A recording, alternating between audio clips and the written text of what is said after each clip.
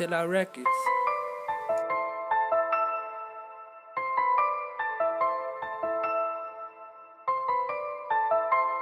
Yo. Now everybody wanna hook me up, sign me up. Where the fuck were you when I was in the back of my class writing this stuff? Trying to figure out life at my age and why my luck is unwinding up. You told me you'll get me famous, where the fuck are you now, you lying fuck? You can kiss my butt till you be crying, yo. One day I'll make it as a rapper and I'll never look behind. When I was a kid I remember how my rhymes sucked. Everybody laughed at my accent and that's when I just quit trying stuff. But now I'm back with the vengeance like spider senses flying up. Don't ever mention me cause attention in my rhymes be climbing up. I beat you senseless with no stress in less than a sec cause I am Hulk. Success is the best way I can express and I'm finally finding love. So many people gave me sight, put me on track and lift me up. People like Big T and Ibra Star have seen me growing up, and for now I'ma make them proud for all the ones who believe in me. Cause they know they'll stick around with the up and down, never believe in me, yeah. I'll never change for this world, cause this music, it brought me back to life.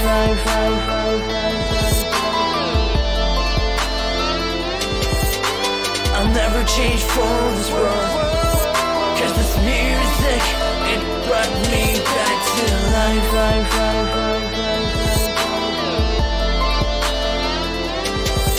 When you start, many hands you gon' be shaking. I just played my part, never faking. Working hard, never stressing. Billion shilling dreams as we keep paper chasing.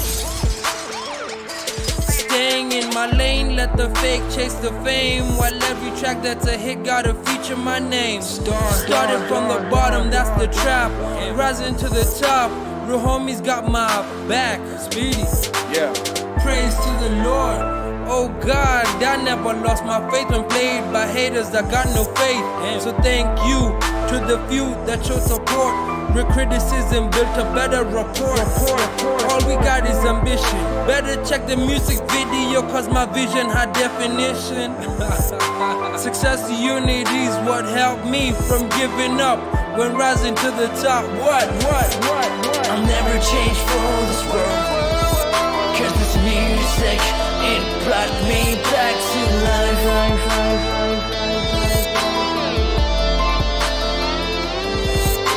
I'll never change for this world, cause this music, it brought me back to life.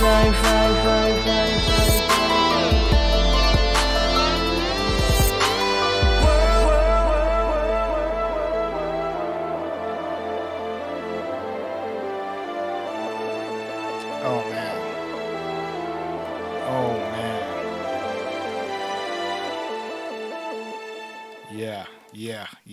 Yeah. That's what I'm talking about, man.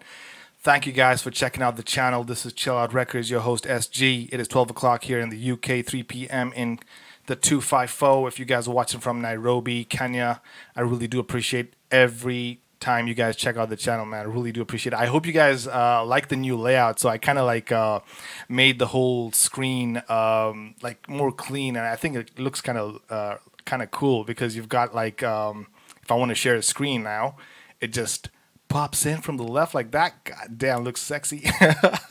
And then I have I just remodeled the whole like page and all that, you know, the whole share the content kind of thing. So yeah, anyway, really do appreciate it, man. I hope you guys have had a fantastic week. It has been absolute pleasure. I look at my content and I just feel so like I've accomplished something. You know, I'm putting stuff out there, whether if I get 1 view, no views, 30 views, like my previous videos, like 30 views, man. That's 30 people, at least 30 people that are just checking out the content, and I really do appreciate it. It just keeps me motivated and moving forward, you know. And so I wanted to talk about this album, and I wanted to really shout out to the people that bought it when I released it, and it was such a crazy time. So I did this album back in 2015, and we're going to talk about the first track. So the first track is called Rebirth, and I'm going to explain why I called it that and who I collaborated with. And so, yeah, this was back in campus, and I just had like a lot of things that I wanted to talk about, and not even campus life, but just life in general and my life in Nairobi, Kenya. It was just it's just one of those things that I just had to get out there. And I said, what better way to do it than to freaking have an album and just talk about it on the music, because music was for me everything.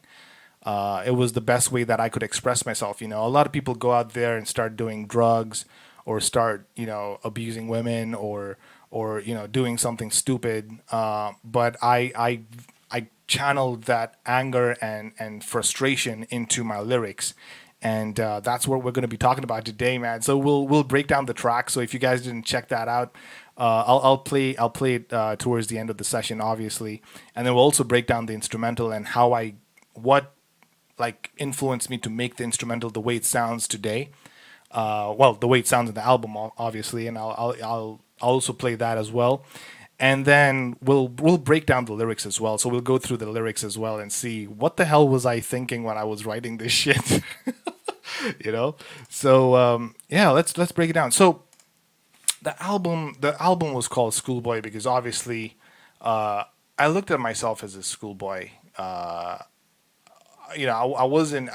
kind of joined late. So I joined campus late. So, in my head I was like, I'm still relatively new to this. I've not been in school for a while, and it felt like high school all over again. Because when you separate, when you get out of high school and you start working and you get into that work life adulting environment, and then you now move away from that and then go back to school and start learning stuff. It feels like high school all over again, because now all the things that you're used to, like all the freedoms that you have, now you have to like restrict those, and you have to now stick to rules and timing and teachers and lecturers and all that kind of shit. And then dealing with students and all that drama and politics inside campuses that go on. You had to deal with all of that shit. And still, if you're working, deal with that as well. So that's what this album was all about. So I thought, okay, I might as well just talk about it, just call it Schoolboy, and just reminisce about the days that I used to be in campus and all the stupid things that I used to do, and the friends and relationships that I got into, and the friends that I made, and just the whole journey. I wanted to document this in a way that if I look back at this 10 years from now and be like, yeah, that was what I did. If anyone asked me, like, just go fucking check out the album.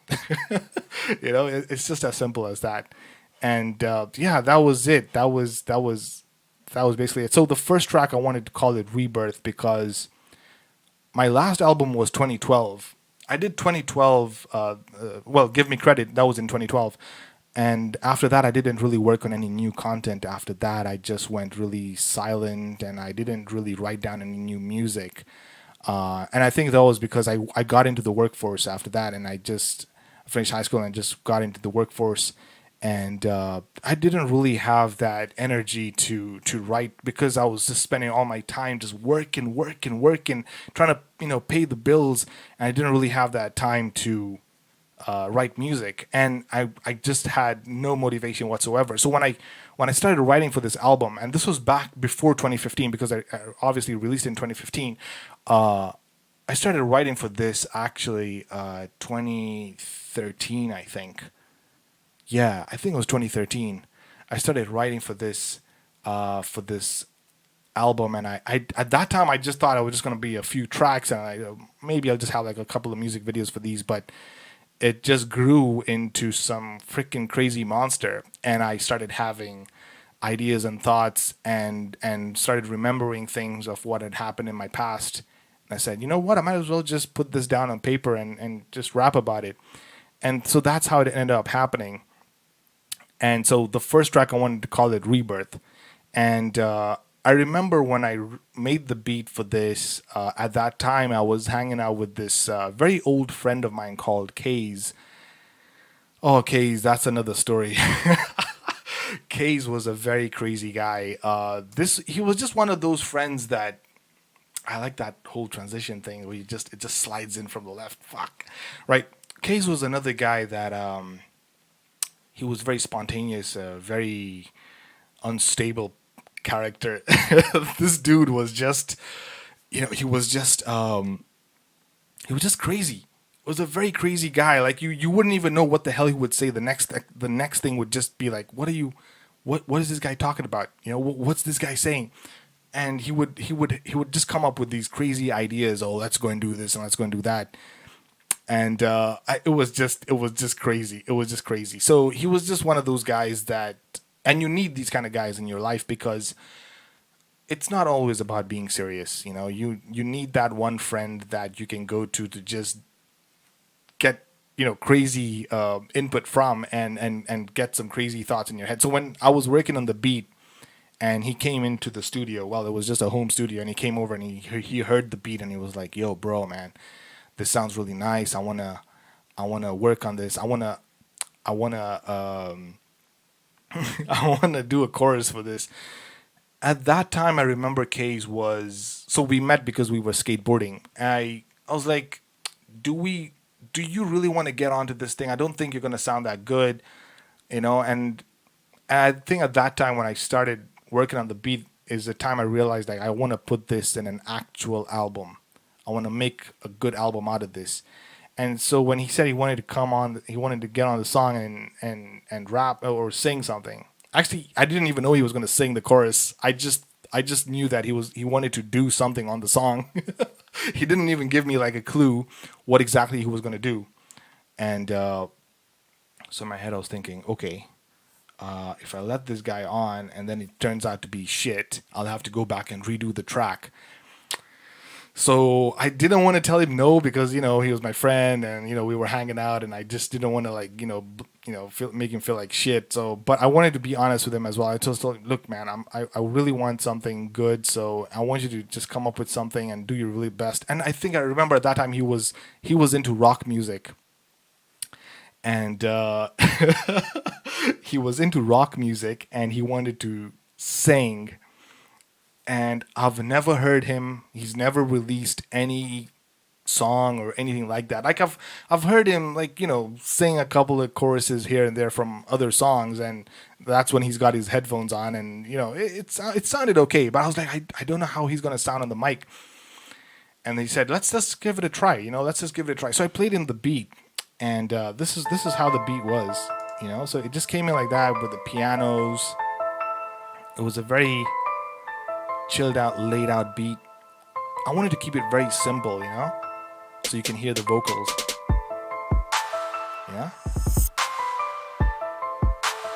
Yeah, just like that.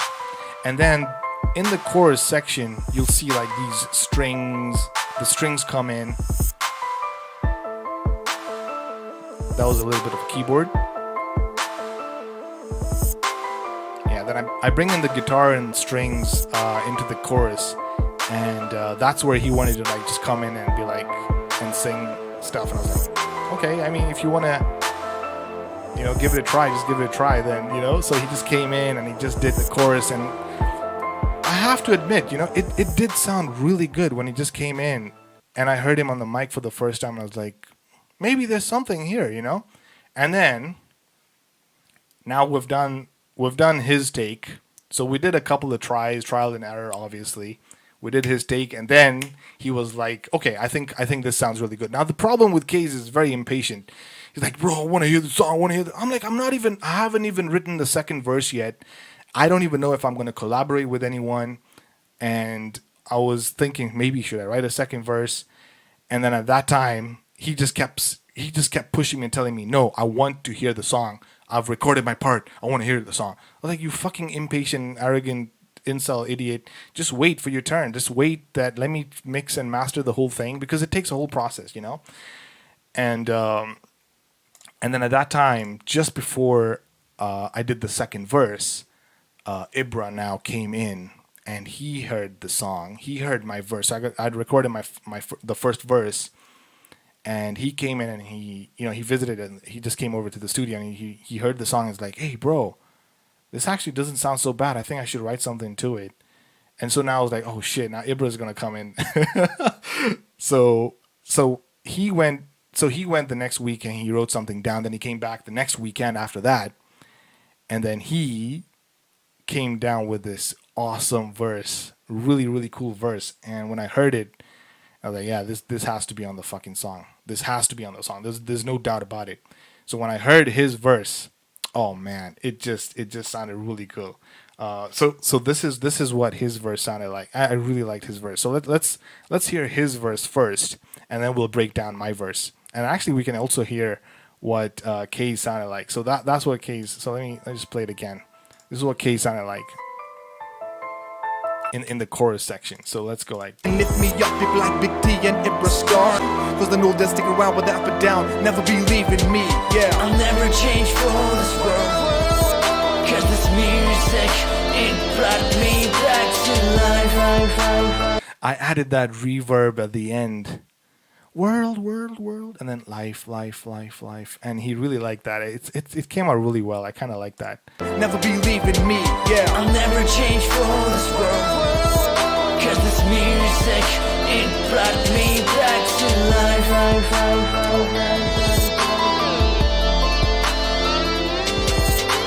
I'll never change for this world. Cause this music, it brought me back to life.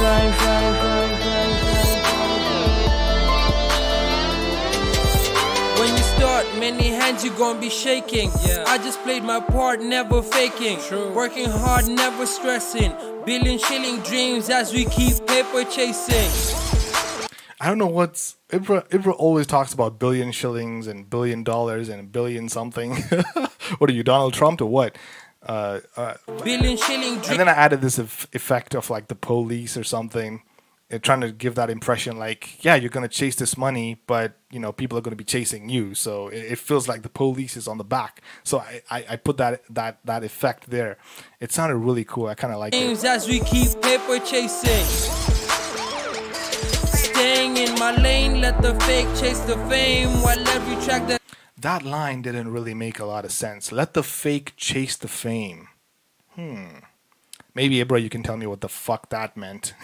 It's a hit, gotta feature my name. Started from the bottom, that's the trap. Rising to the top, real homies got my back. Speedy, Yeah. praise to the Lord. Oh God, I never lost my faith when played by haters that got no faith.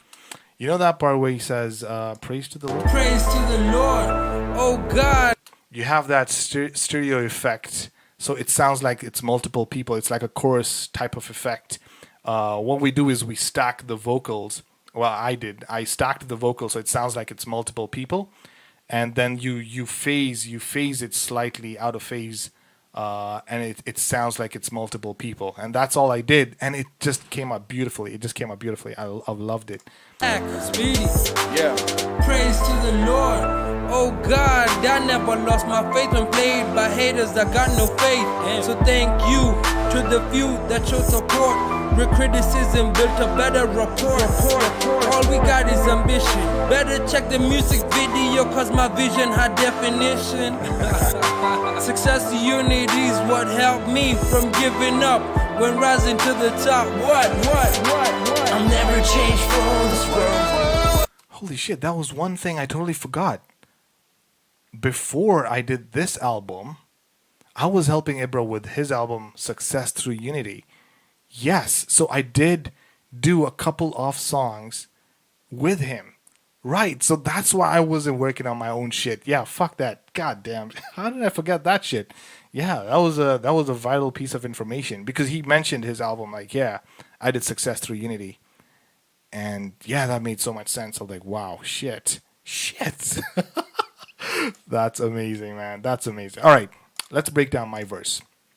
So what the hell was I talking about?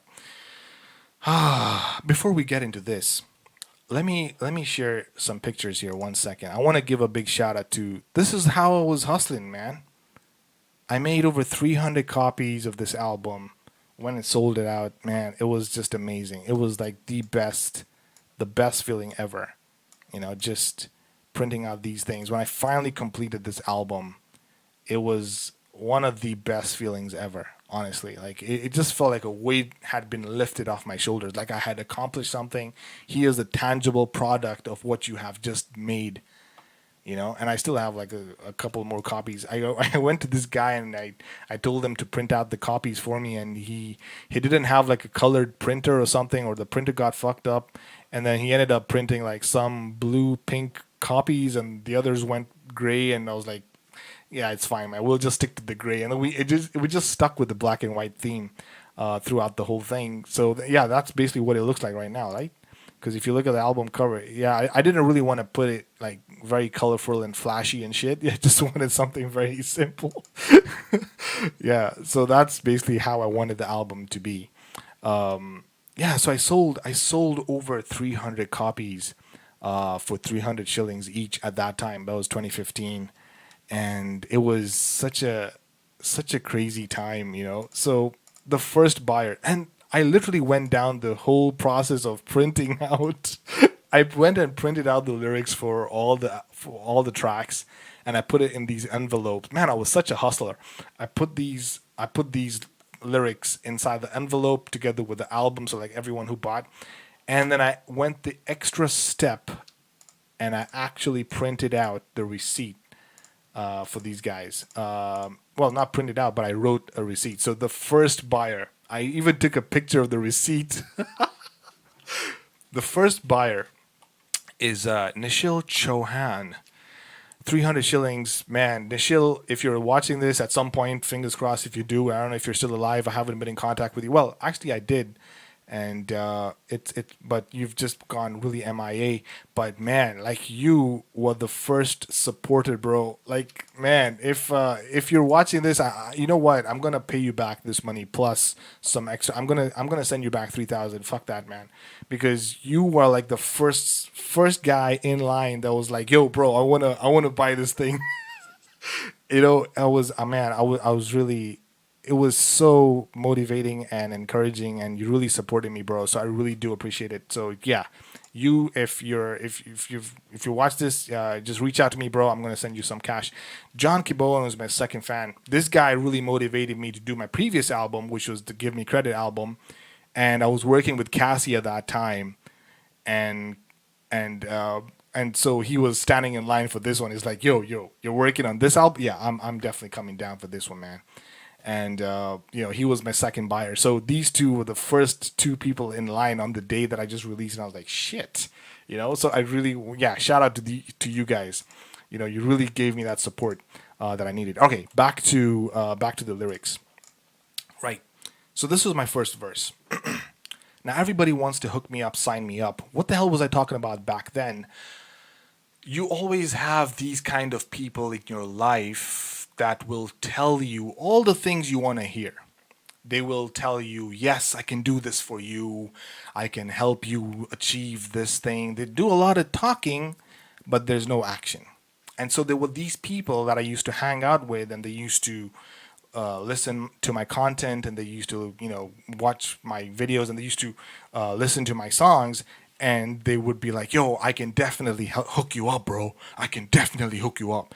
And I was like, you're doing all this talking, but where's the action, right? So there was this one guy, I don't know if I should mention this guy's name, but he was also a rapper. And this was in Nairobi, South Sea, okay? This guy was also a rapper. I don't know if you guys have heard about him. He's called G2. Well, that was back then. I don't know if he's still doing it, though. I heard, unfortunately, today, well, not today, but recently, that he got into a really bad car accident. Yeah, I was really shocked to hear that, though.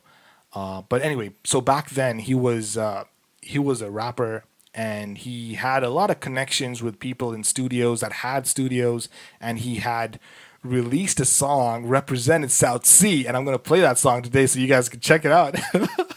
It was a really cool song, and it was just one of those crazy tracks that really inspired me. And I was like, you know what, I'm going to steal this song and I put my own verse inside it. So I'm going to play the song. And so he was called G2.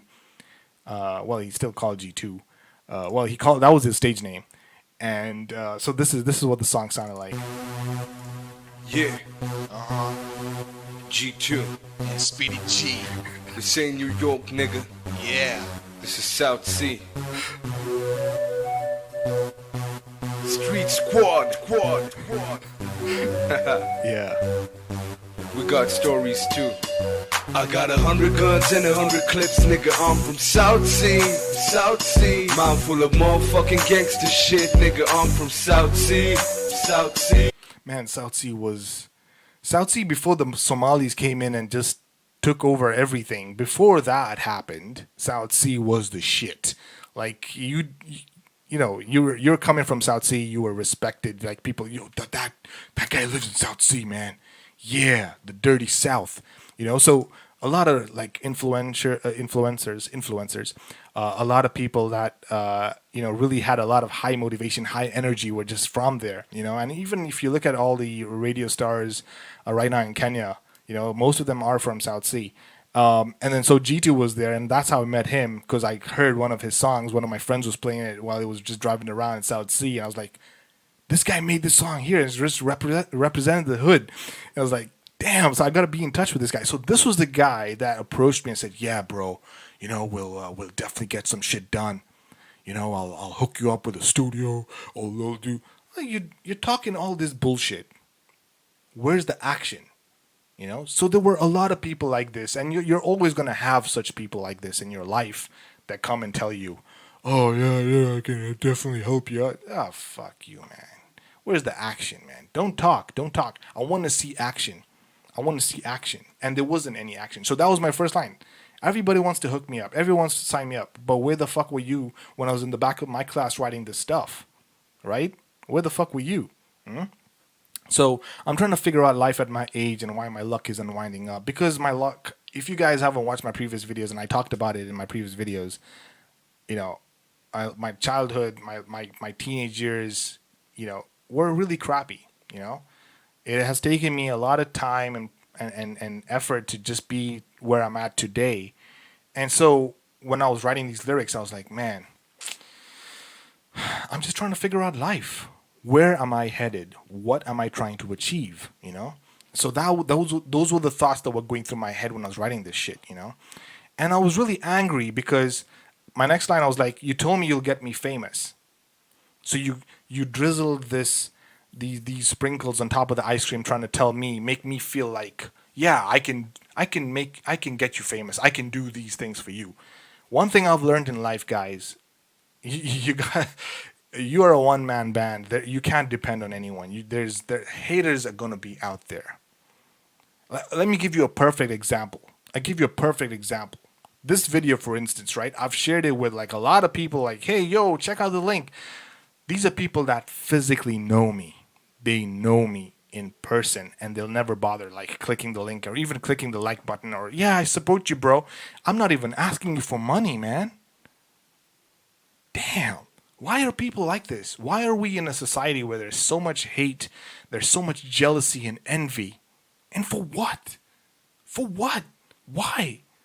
Why can't we all just get along? You know, just support each other. Why can't we work as a team? You know? And so this is why I was so pissed off. Like, you're telling me that you'll get me famous. Where are you right now? You know? So I was like, yeah, screw it then. Let me just burn the bridge. Burn the bridge and move on.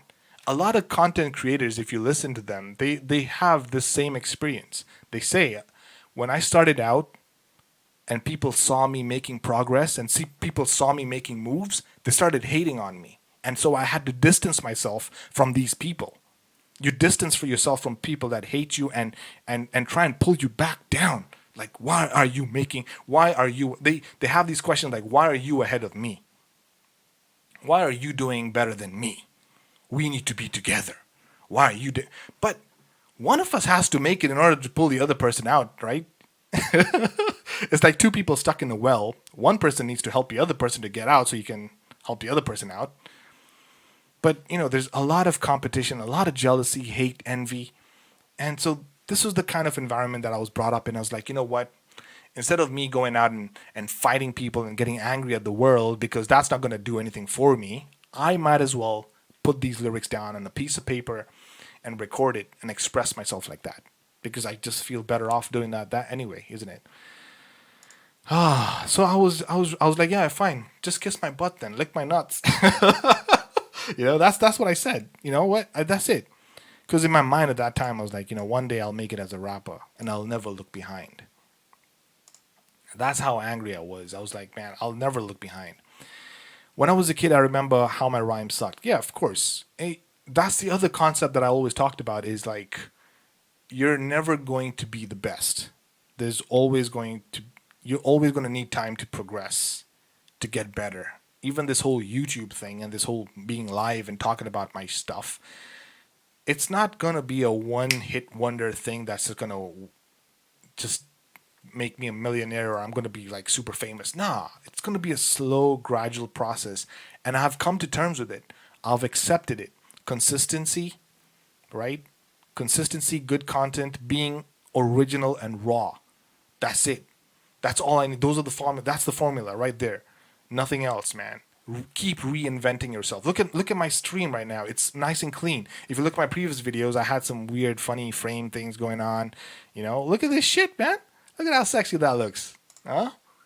You make some progress, man. You make some progress. That's it. Look at that shit. Every day, just think about how can I be, because the competition is you. How can I be a better person than I was yesterday? You look at yourself yesterday and be like, fuck you. You don't look at someone else and compare yourself with that person. You look at yourself in the mirror and be like, how can I be better than the person I was yesterday? And you ask yourself that internally. And I'm telling you guys, you can make it. You can do it, And when people see you making that progress, they start believing in you and they start following you and say, yeah, you know what? This guy's setting a good example. I'm looking up to this guy. And I've reached an age where I feel like I need to make that step. Enough fooling around and living a double life on social media and screw that shit, man. Screw that shit, man. So everyone laughed at me. Everyone laughed at me, trying to pull me down. And really, you're always going to have this kind of shit, And so I said, you know what? I'm going to be back with a vengeance. I'm going to be back. I'm going to freaking go hard on this shit because that's how it is. That's how life is. Life is there to pull you down. People are there to pull you down. It's the only person that will motivate you is you. And you need to put yourself in that environment that will motivate you to keep going and pushing hard. No one else is going to do that. Like these lives, I told myself this year, I got to step up my game because I've got content. I've got all this music. I've written all these lyrics. I've made this album. This album's got fucking 20 tracks, man. 20 tracks, and I've never posted it online. I've never talked about it. I sold 300 copies. And it's just sitting here. It's not fair. If I don't take the initiative, no one else is going to do it, right? So this is it. This is it, man. So anyway, yeah, success is the best way that I can express that I'm finally finding love. Man, this line for me, it was really personal to me because I felt like I need to be successful at least one thing. Because at that time, I wasn't in the UK. I was still in Nairobi, Kenya. I was still hustling on the grind. I didn't know that if I was going to even get a job for the thing that I was studying in campus. A lot of people who are in campus don't even know if they're going to make it. Yes, you've graduated. Everyone's clapping for you. And then after that, everyone shows you the middle finger and tells you, yeah, you go into the world and you hustle for yourself. I wasn't even aware that I was going to be able to get a job with this degree or I'm going to be able to make it in life, And so I thought to myself, I promised myself, success is the only way that I can express that I'm finally finding love. Yeah, forget about all these social media apps and people saying, yeah, I'm going to be there in your life. You just be successful. Be good at what you pick one thing and just perfect it. Because once you perfect it, people look at you and be like, yeah, that guy's in love with what he does. So that line to me was just like, it just hit me personally, like that right there, And then so many people gave me psych. Of course, you need to surround yourself now with the people that are going to motivate you to do the thing that you love doing. So if it was music for me, I wanted to hang out with other people that were into, producing music. I wanted to learn as much as I can. And you need to put yourself in a room where you are not the smartest person. I don't know if that makes sense. Let me repeat that. You want to put yourself in a room where you aren't the smartest person. Because if you're the smartest person, you're not learning anything. You want to put yourself in a place where the people around you know more than you and you can learn from them. And that's how you progress, that's how you grow. And so that's what I had to do at that time when I got into this music thing. I was surrounding myself with people that knew more, that had the connections, because I wanted to learn as much as I could. I did not know how to use a microphone. I didn't even know what a condenser microphone was. I didn't even know about all these audio editing softwares that were out there, Fruity Loops, Adobe Audition. I didn't even know about these. And I didn't even know anything, audio engineering. I had no idea. But everything was self-taught, self-learned. I got on YouTube. YouTube is an amazing platform. Everything in the music part of my life and career is everything that I've learned is off YouTube and interactions with people that are in that same space. And so, this in itself, it made a lot of sense to me. Now, people like Big T. So Big T, oh man, I think I mentioned Big T, who Big T was, a massive influencer. Like, he really motivated me to get into hip hop music, and I had to give him a shout out. So this was back in 2001, was it? No. 2006, yes.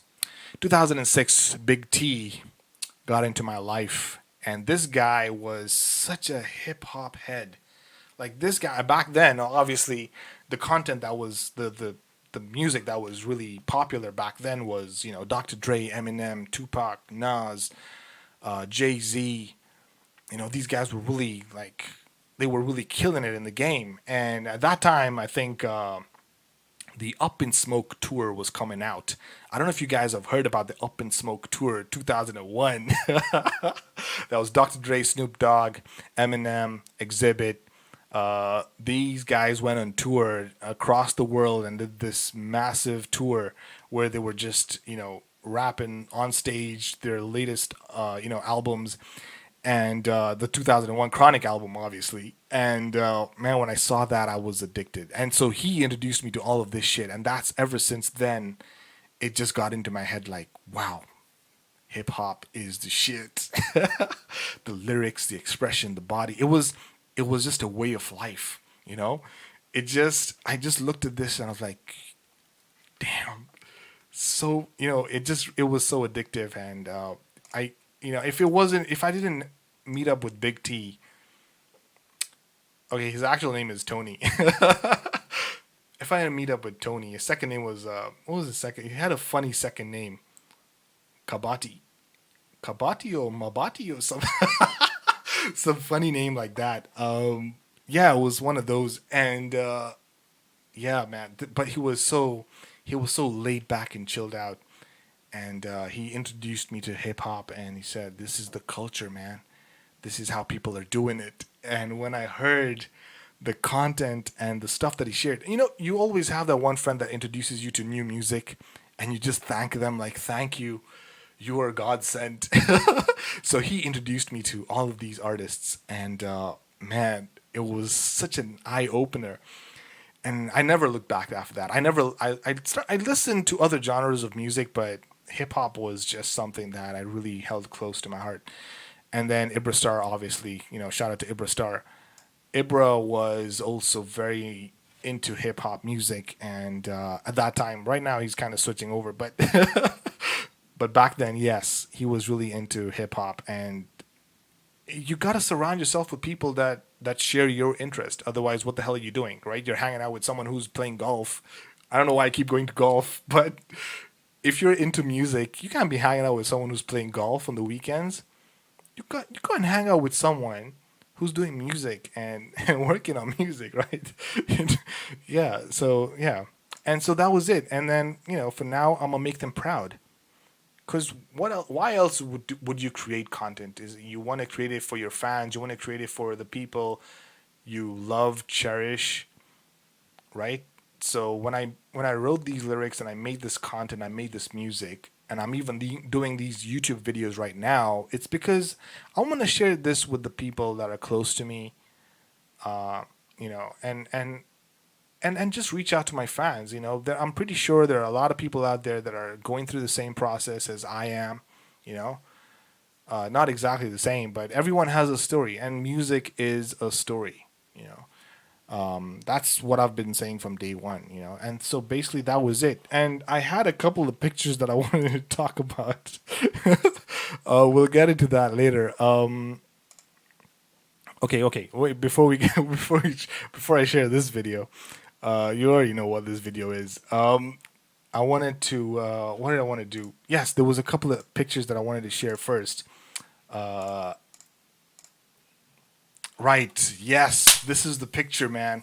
So we got Victor and we got Kaze. So that's Kaze. Now Kaze, like I told you, was a freaking crazy person. This guy was mentally ill. Well, mental in the sense that he was really very energetic person. But unfortunately, what had happened? So he got into motorbiking, and in Kenya, riding a bike in Kenya is a risk on its own. That is a risk on its own. And so he was the guy who did the chorus that you heard. And unfortunately, he got into a massive accident. This was back in, I don't even remember, man, 2014. I don't know. I can't remember the exact year. He got into this accident and he was in a coma for 3 days, man.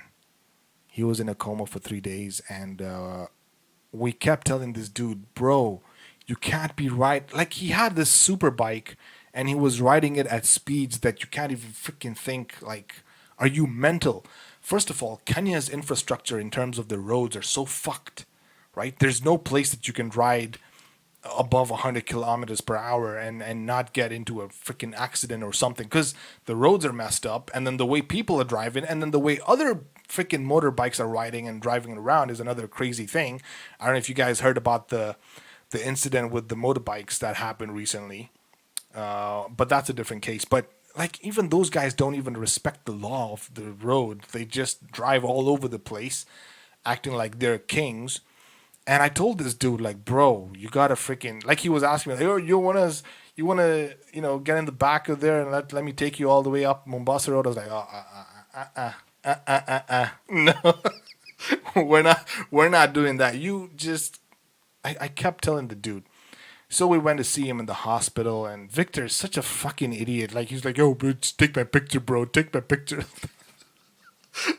So he's standing there with a skateboard, and I showed my sister this picture, and my sister was like, why does Victor look like he's the one who put Kaze in the coma in the first place?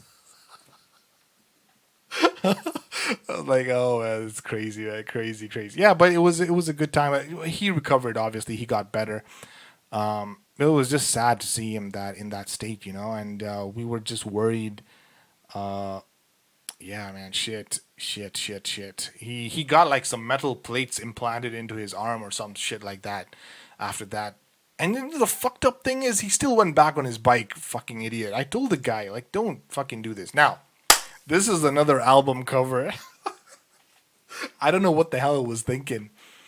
So the album name was Environmental Factor. Now, very few people have this album. This is not an album that I will ever play in public. This is not something that is for the public. Very few, like maybe one, or I think one person, only one person has this album. It had like 6 tracks on it. I think the South Sea G2 track is on that. But other than that, like, this album is secretly taken care of. It's a very one loyal friend of mine. I think it's DJ Skate or someone who has it, and the guy is in Finland now or something. But it's good. I think he's even lost the album. Good, even better, because this was my first album. Look at how I was young and naive and stupid, and this is what I was doing. And yeah, it was just one of those crazy things. So yeah, I was like, let me just share it. I gotta show you guys where I started. Actually, now that I've talked about Big T, and shit, I did a track with Big T. Holy crap. I did do a track with Big T, and I think I have it somewhere here. Yes, it's called Look at the Way. So this guy, Big T, yes. Okay, you know, I talk about Big T a lot because, yeah, he was a massive influence in my life in terms of hip-hop and shit. Let me first get this picture out of the way because it can't be having... All right, so let me stop sharing my screen first. We'll talk about that video later. If you guys don't know what that video was, we'll play it. Don't worry. And I have one point that I'm going to make about it. So let me talk about Big T first and the song that we did. And at least, thank goodness, I have this song. I did this song with him back in 2006 or 2007. 2007. Now, back then we didn't have phones with cameras. Oh, look at me, let me take a selfie. We didn't have any of this shit, all right? So we just had, well, I didn't even have a phone back then. And even the phones that were out there didn't have cameras. So I don't have any pictures or videos of Big T. So you'll never, I don't have anything to share. So there was only one song that and this was the first song that I ever wrote, and I kind of I stole this beat from another song. I took the instrumental from that, and I recorded to it, because obviously I didn't know how to make an instrumental, and so this guy heard it and he was like, "Yo, I want to jump on this." So I'm not gonna play my verse, because my vocals. I was young, man. I was young. I sounded like shit. But I'm gonna play his verse because it was so funny. It was so funny. All right. Okay, let me see.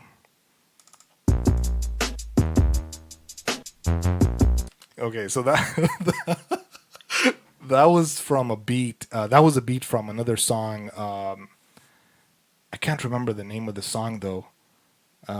But anyway, whatever. So I use that beat, and you'll hear my vocals somewhere here. Shit. Okay.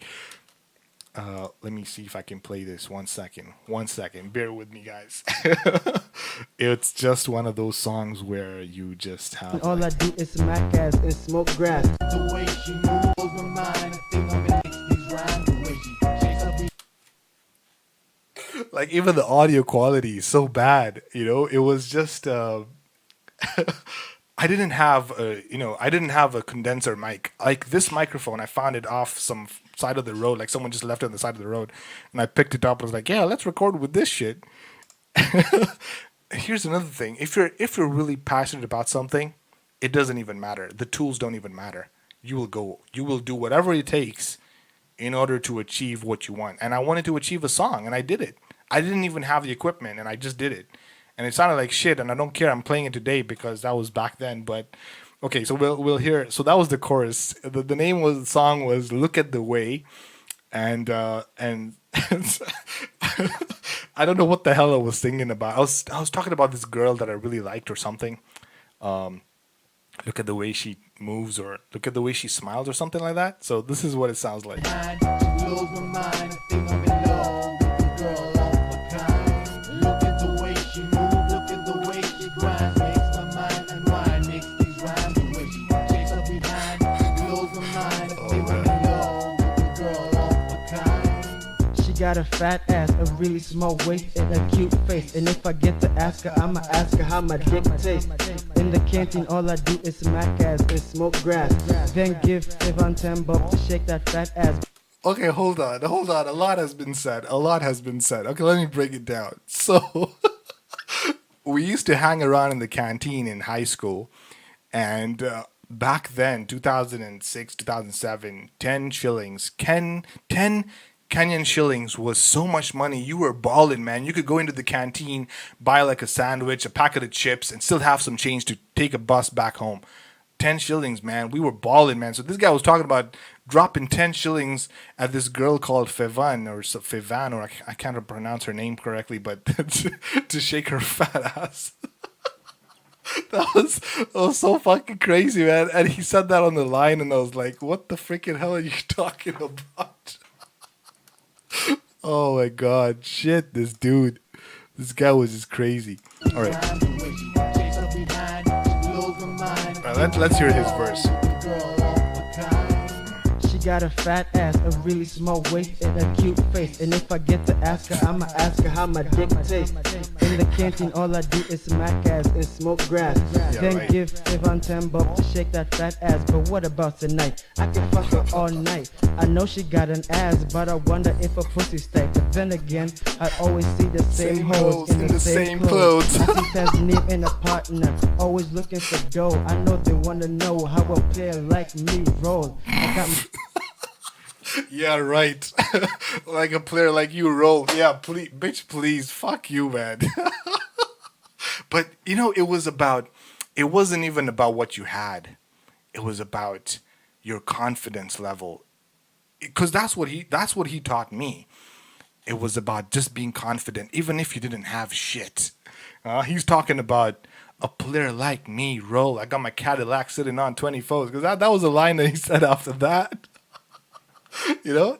Wanna know how a player like me roll. I got my Cadillac sitting on 24s. All chrome, motherfucker, you know how I do. It was the confidence, man. This dude, he was broke as fuck, but the confidence when he walked into school, man, this guy was on another level. Like in his mind, I think when he looked in the mirror, he was like, yeah, these bitches, they love me. And that confidence really rubbed off onto me, you know? I looked at him and I was like, yeah, I can do that. I want to be that. That's who I want to be too.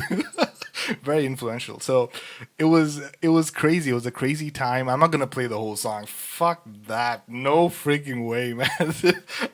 But you can hear the audio quality, the difference in the vocals and the way I sounded back then, you know, and then now. And yeah, you know, I look at these things and I'm like, this is a fucking documentary of my life right here, man. You know, it was a good time, man. It was a good time. All right. There was another thing that I wanted to talk about. So we've talked about that. There was one more thing. Right. Okay. This is another picture I gotta share. You guys don't know who this dude is, then you guys gotta wake up. So this is the CEO of Bitco. And there I was like a fucking mafia dressed up, shaking his hand, man. Yeah, I did that shit. And then I'll tell you guys a story of the time that we rented out a limo to go and perform at Kitengela. Look at me with my muscles and shit. God damn, look at me. Right now, I just kind of have left it because, you know, working from home and COVID and shit. But yeah, it was back then, man. So we rented out this limo, and I'll talk about the story that's behind this and the things that we did. So that'll be for another day. All right, before we go, one last thing. Yes, this other thing. This was something that I kind of felt like, what the freaking hell is it's all this about? So I was listening to this video, okay? If you want to go, then you go to hill and go down. Why you get fried, yes, man? why are you... And okay, I know it's funny, but there's a lesson to be learned here, and I think this applies to me, to my Indian people, you Indian guys. Okay, here's the thing, and I have to just come out straight. This is the way I see it. How do you have a vocabulary like this and still be able to be a functioning adult in today's society? The other sad thing is you're bringing up kids and teaching them English like this. This is a grown-ass man. Okay, obviously it's not these people, obviously. But this audio is from the actual recording of these two people who were fighting. These are grown-ass adults, Indian, Pakistani adults who were here in the UK, and they were having an argument. My question is, how you go and have 10 kids and you teach them English like this? If you want to go, then you go to hill and go down. If you want to go, you go to hill and go down. What the fuck is that? What the fuck is that? And I'm so grateful that I wasn't brought up in a family like this where, you know, my parents and my relatives were talking to me like this. What the freaking hell? I would have just jumped off the building. How do you even have a decent conversation with someone? How are you a functioning member of the society if you're not even able to make up a single meaningful sentence? If you want to go, then you go to hill and go down. Why you get fried, yes, man? why are you crazy? You're fucking paranoid, You are man. fucking. You fucking, you black. This just doesn't make sense. And it was rubbing off on me because I did have a couple of relatives that used to talk. They were like, I cut these guys off, man. Yeah, just cut these guys off, man. And then you wonder, you're an adult like this, you bring up kids, and then you teach them English like this, roti, toti, roti, toti, toti. And then you expect these people to be functioning members of society and go out there and interact with people. Yeah, I had to cut these guys off. Like, you talk to me like this, we're done, man. Communication is so important, especially in today's society. Man, I cannot stress this enough. And I think this is the other reason why I kind of started YouTube, because you got to have that skill set, communication, and being able to express yourself and verbally talk and express your thoughts is so important. These are grown ass adults are not even able to come up with a logical sentence to express themselves and what they're thinking about. Like, Fuck you, bloody bastard bitch. Fuck you. Bloody fuck you, bloody. What? And then this is the other messed up thing, because I understand, yes, if you're multilingual, right, like I am, I'm able to speak Kiswahili, I'm able to speak Punjabi, I'm able to speak English and Urdu, and I know a little bit of Kikuyu, I think. I don't know. I could be wrong. Okaterere. That could be something else. I don't know. But there is a thing about people who are multilingual that they're not able to, come up with sentences as fast because their brain is trying to process, okay, which language should I use to make this sentence? And so it takes them some time to communicate. And this was the problem that I had from childhood, because, I was, not only was I in Kenya, I was in the US, I was in the UK, and I'm being influenced by all these different accents, different languages, different, ways of people talking. And I was like, I gotta fucking stick to one, because at the end of the day, it's my neck on the line, man. I gotta put food on the table. If I'm not even able to communicate with people, how am I supposed to pay my bills, man? How am I supposed to get a job if I'm not even able to talk to people, So here's the funny part. Because this other guy insulted this dude in his mother tongue. Because he went this. He said this. Look at this. Fucking mother bloody fuck bitch. Bitch, you Bloody what fuck do? you fucking bloody bastard. Benchwood bloody. So he said bancho. I think bancho is like a Hindi insult or something. It's one of those languages. And so the guy couldn't even respond back in his own mother tongue and insult him in his own mother tongue properly. He just still mixed like the Hindi and the English together, and it was so chaotic. And I was like, what the freaking hell is going on over here, man? And I had to cut these people off from my life, man. You have people like this in your life, not even able to. It's a basic skill, man. Communication is such an important skill. It's a basic skill. It's very important. If you're not able to communicate, you're going to have problems, man. So, yeah, that was the only point that I wanted to make. And, of course, the last thing, before we go and before we shut this show down is remember, guys, it is ma'am. Excuse me, it's ma'am. Yeah. Should I call you Mister? It is ma'am. It is Mister. ma'am. Okay? Remember that, guys. Okay? So that's it, guys. Oh, yeah, one more thing before we go. The economy, man. The economy. $3 for toothpaste and toilet paper, man. $3, bro. It's messed up out here, man. It's messed up out here. All right. Thank you, guys, for checking out the channel. And before we leave, I'm going to play the instrumental for Rebirth. Really do appreciate it, guys. Thank you so much for checking out the channel. My viewers from Kenya. Oh yeah, by the way, before I go, next week where the UK is going to decide to go into this whole time, what is this called? The daylight saving bullshit. So it will probably now be 1 o'clock here when it's 3 o'clock in Kenya. So yeah, whatever, man. I'm just going to do it at 1 o'clock. So it'll be 1 o'clock here. Sorry. 1 o'clock here and then 3 o'clock in Kenya. So that will be next week on Sunday, though. But you'll see me tomorrow. Tomorrow we're going to be talking about the second track, which is My Name is Johnny. Oh, man.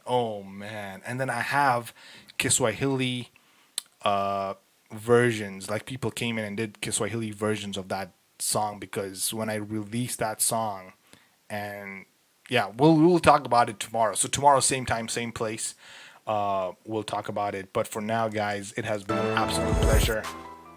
And this is the instrumental for Rebirth if you guys want to hear it. And yeah, I'll see you guys tomorrow. Same time, same place. Thank you for checking out the content. Thank you for checking out the channel. Do hit the like button if you are in. And I can see some viewers there. Yeah, awesome. Peace.